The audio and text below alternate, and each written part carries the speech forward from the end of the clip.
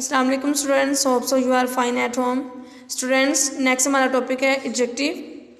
Adjective को खसूसियत को कहा जाता है कि किसी भी चीज़ में या इंसान में या किसी भी जगह पे जो है वो कौन सी खसूसियत होती हैं, तो उनको हम एडजेक्टिव कहते हैं। यहाँ पे कुछ एडजेक्टिव्स हैं जैसे fat, tall, kind, healthy, intelligent. इसके सेंटेंस में आपने जो है इसको यूज़ करना है स्टूडेंट्स। फर्स्ट है Ali is fat. Ali is fat, Ali मोटा है तो मोटा उसकी एडजेक्टिव है।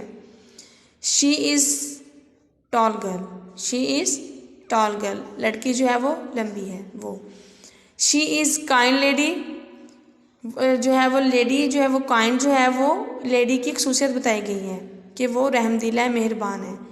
सना इज़ हेल्दी, सना जो है वो सेहतमंद है तो हेल्दी जो है वो उसकी एडजेक्टिव है। वी आर इंटेलिजेंट, हम ज़हीन हैं तो ज़हीन जो है वो एक खसूसियत है।